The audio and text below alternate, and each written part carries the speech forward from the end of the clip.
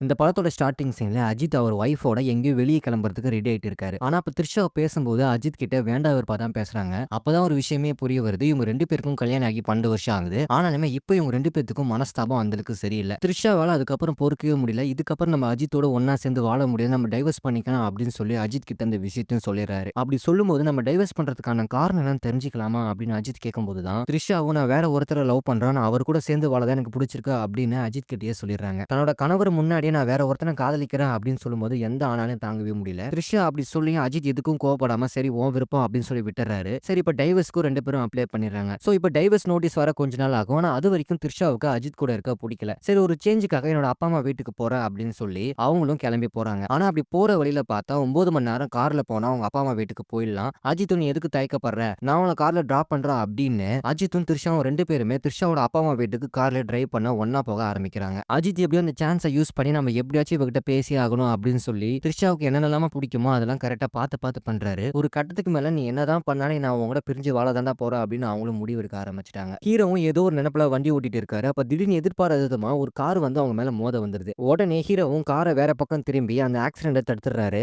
Just மிஸ்ல அவங்க உயிர் தப்பிச்சிடுறாங்க. அப்ப அந்த மோத வந்த கார் யாருன்னு சொல்லி பார்த்தீங்கன்னா அங்க தான் ஆரவ் இருக்காரு. ஆரோவ பொறுத்தவரைக்கும் அவர் ரொம்பவே டேஞ்சரான ஒரு ஆளு. அஜித்தும் ஆரவ் கிட்ட உனக்கு கண்ணு தெரியல ஏன் இப்படி வண்டி ஓட்டுறன்னு கேட்கும்போது நான் அப்படிதான்டா ஓட்டுவேன் அப்படின்னு திமிரா பேசிட்டு கிளம்பிட்டே இருக்காரு. ஹீரோவும் எதுவும் பேசாம சரி இள ரத்தம் அப்படிதான் இருப்பான் அப்படின்னு எதுவும் கண்டுக்காம டிரைவ் பண்ண மறுபடியும் ஆரம்பிக்கிறாரு. அப்படி இந்த ஆக்சிடென்ட்ட சமாளிச்சுட்டு போற வழியில தான் பெட்ரோல் வேற காலியாற மாரி இருக்கு. சரி போற வழியில பெட்ரோல் டேங்க்ல ஃபில் பண்ணிக்கலாம் அப்படின்னு சொல்லி ஒரு பெட்ரோல் பங்க்ல கார் நிறுத்துறாரு. நம்ம த்ரிஷாவும் பக்கத்துல இருக்கிற ஒரு சூப்பர் மார்க்கெட்ல அவங்களுக்கு தேவையான பொருட்கள் எல்லாமே வாங்கிட்டு இருக்காங்க. அப்ப திடீர்னு எதிர்பாராத விதமா பக்கத்துல ஒரு லேடி இருக்காங்க. அவங்க பார்த்தா தமிழ்ல பேசுறாங்க.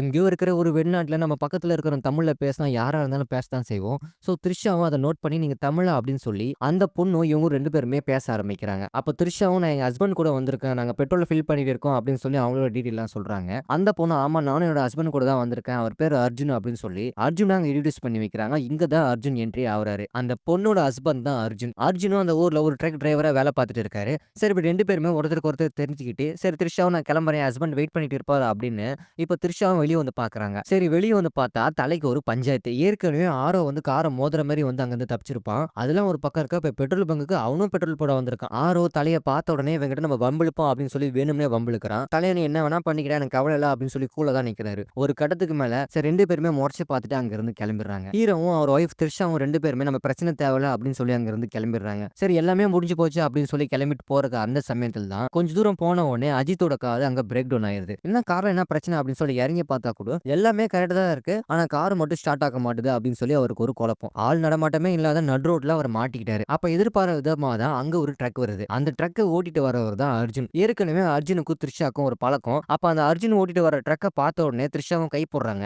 எங்க கார் வந்து பிரேக் டவுன் ஆயிடுச்சு. நீங்க கொஞ்சம் ஹெல்ப் பண்றீங்களா அப்படின்னு. அர்ஜுன் ஆஃப் கோர்ஸ் இதுல என்ன இருக்கு கண்டிப்பா நான் ஹெல்ப் பண்றேன் அப்படின்னு என்னென்னமோ ட்ரை பண்ணி பார்க்கறாங்க. ஆனா ரொம்ப தூரம் தான் போனா தான் ஹெல்ப்க்கு ஆள கூப்பிட முடியும். சரி வேற வழி கிடையாது. த்ரிஷா நீங்க வேணா என் கூட வாங்க. உங்க ஹஸ்பண்ட் இந்த காராண்டே இருக்கட்டும். நம்ம போய் ஹெல்ப்க்கு ஆள கூப்பிட்டு வரலாம் அப்படின்னு அர்ஜுனும் த்ரிஷாவ கூப்பிடுறாரு. அது மட்டும் இல்லாம இப்ப அர்ஜுன், அர்ஜுனோட ஒய்ஃப், இப்ப அஜித்தோட ஒய்ஃப் த்ரிஷா 3 பேருமே ஒரே ட்ரக்ல டிராவல் பண்றாங்க. இருந்தாலும் அஜித்துக்கு ஒரு சின்ன தயக்கம். ஏன்னா யாருன்னே தெரியாதவங்க கூட எப்படி அனுப்பி வைக்கிறதா அப்படின்னு. அவங்க தமிழ் பேசுறாங்க அப்படின்ற ஒரே காரணத்துக்காக தான் அவர் அனுப்பி வைக்கிறாரு. இருந்தாலும் ஏற்கனவே டைவர்ஸ் மேட்டர்லாம் வேற ஓடிட்டு இருக்கு. இவகிட்ட இப்ப நம்ம எதுவும் பேச முடியாது அப்படின்னு த்ரிஷாவ அந்த ட்ரக்ல ஏறி வழி அனுப்பி வைக்கிறாரு. தலையும் ரொம்ப நேரமா அந்த நடு ரோட்லயே நின்னுட்டு வெயிட் பண்ணிட்டு இருக்காரு. எவ்வளவு நேரம் ஆகியும் ஆளும் யாரும் வரல. சரி இது வேலைக்கு ஆகுது. நம்ம அவங்க வர வரைக்கும் நம்ம கார் என்னதான் ப்ராப்ளம் அப்படின்னு சொல்லி நம்ம பார்ப்போம் அப்படின்னு மறுபடியும் கார்ல என்ன ப்ராப்ளம் அப்படின்னு சொல்லி செக் பண்ணி பார்க்குறாரு. அப்பதான் ஒரு ஒயர் ஒண்ணு புடுங்கியிருக்கு அப்படின்றத அவர் நோட் பண்றாரு. அந்த ஒயர கனெக்ட் பண்ண உடனே கார் ஸ்டார்ட் ஆகுது.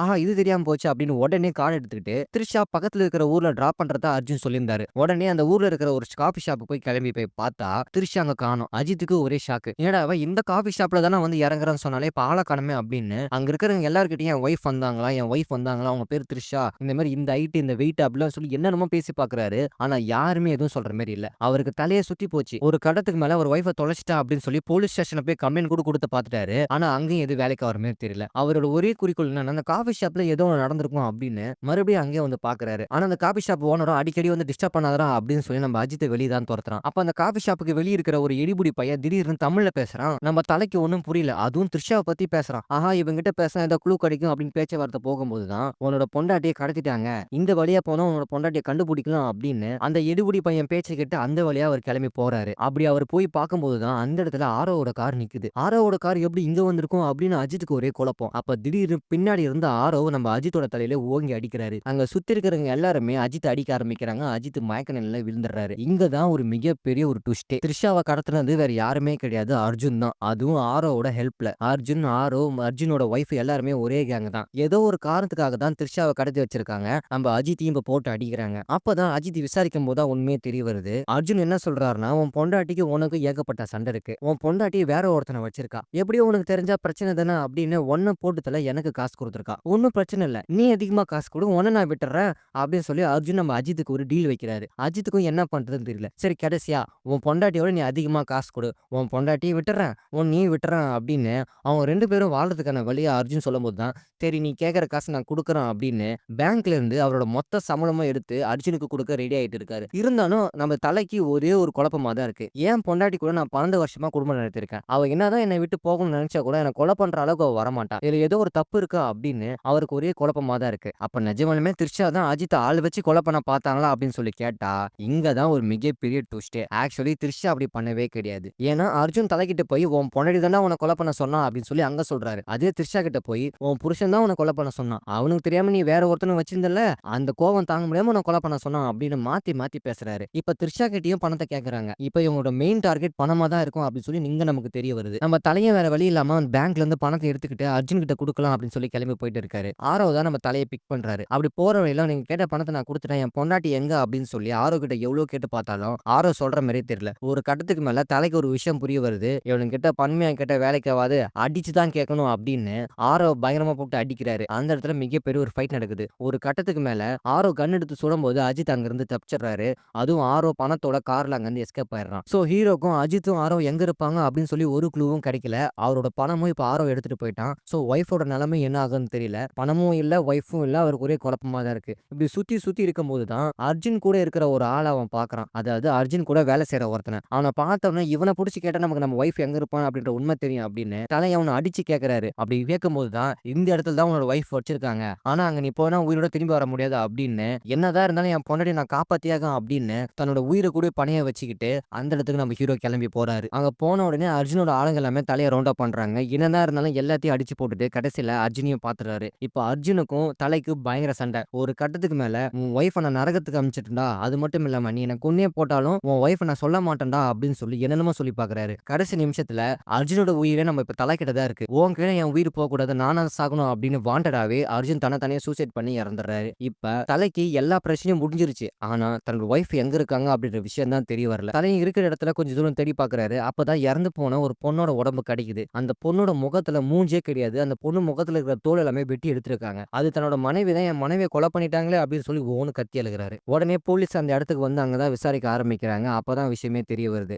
அர்ஜுனும் அவங்க டீம் எல்லாருமே பணத்துக்காக இந்த விஷயம் பண்ணல. அழகான பொண்ணுங்க எல்லாமே கடத்தி அவங்களோட தோல்களை வெளிநாட்டுல வித்துருவாங்க. இது மூலியமா அவங்களுக்கு ஏகப்பட்ட பணங்கள் கிடைக்குது. சோ அந்த ஒரு காரணத்துக்காக தான் அழகான பொண்ணுங்களை டார்கெட் பண்ணி அவங்களோட தோல்கள் எல்லாமே அறுத்து இது மூலியமா அவங்க உயிருக்கே ஏகப்பட்ட ஆபத்து. அந்த தோலை வித்து தான் இவங்க காசு பாக்குறாங்க. சோ நம்ம அஜித் தலையும் இந்த விஷயத்தை நம்ம போலீஸ் கிட்ட இன்ஃபார்ம் பண்ணி எல்லா கேங்கையும் புடிச்சு மொத்தத்துல இந்த பிரச்சனைக்கு ஒரு தீர்வு கிடைச்சிருது. சோ கடைசியா அஜித்துக்கோட எல்லா பிரச்சனையும் சால்வ் ஆயிடுச்சு. ஆனா அவங்க ஒய்ஃப் தான் உயிரோடு இல்ல. ஆனா இங்க தான் யாருமே எதிர்பார்க்காத ஒரு மிகப்பெரிய ட்விஸ்டே இருக்குது. த்ரிஷா இறந்திருப்பாங்களா அப்படின்னு சொல்லி பார்த்தா அதான் கிடையாது. அவங்க ஒண்ணு உயிரோட தான் இருக்காங்க. த்ரிஷாவோட தோலை அறக்கலாம் அப்படின்னு சொல்லி பார்க்கும்போது தான் அந்த சமயத்துல கரெக்டா வந்து தலை வந்து காப்பாத்திடுவாரு. சோ த்ரிஷாவுக்கு எந்த ஒரு கீறலும் இல்லாம பத்திரமா காப்பாத்தி கூட்டிட்டு வந்துறாரு. கடைசி நிமிஷத்துல நான் என்னதான் உன்னை விட்டு வேற ஒருத்தனை லவ் பண்றேன்னு சொன்னேன். அப்பயும் என்கிட்ட நீ கோவப்படல. ஆனா அப்படி இருந்து உன் உயிரை பணைய வச்சு என்ன காப்பாத்திருக்கியே, இதெல்லாம் எதுக்காகன்னு கேட்கும்போது தான் தலையும் அவரோட நிலைமையை உணர்த்தி சொல்றாரு. நான் உன்னை லவ் பண்றேன், நான் எப்பயுமே உன்னை பிரிய மாட்டேன் அப்படின்னு. சோ டைவர்ஸ் வரைக்கும் போன காதல் இப்படி ஒரு பிரச்சனை நடந்ததால இவங்க 2 பேரும் கடைசியில ஒண்ணு சேர்ந்துறாங்க. ஹாப்பி எண்டிங்கா அந்த படத்தை முடிக்கிறாங்க. சோ இதோட அந்த படத்தோட கதையும் முடியுது. சோ சாதாரண ஒரு ஒன் லைன் தான். அந்த ஒன் லைன் வச்சு இந்த விடாமுயற்சி படத்தை எந்த அளவுக்கு எடுக்க முடியுமோ அந்த அளவுக்கு பயங்கரமா எடுத்திருக்காங்க. சோ கண்டிப்பா ஒரு பார்க்க வேண்டிய படம் தான். இந்த வீடியோ உங்களுக்கு பிடிச்சிருந்தா மறக்காம நம்ம சேனல் நீங்க சப்ஸ்கிரைப் பண்ணிடுங்க.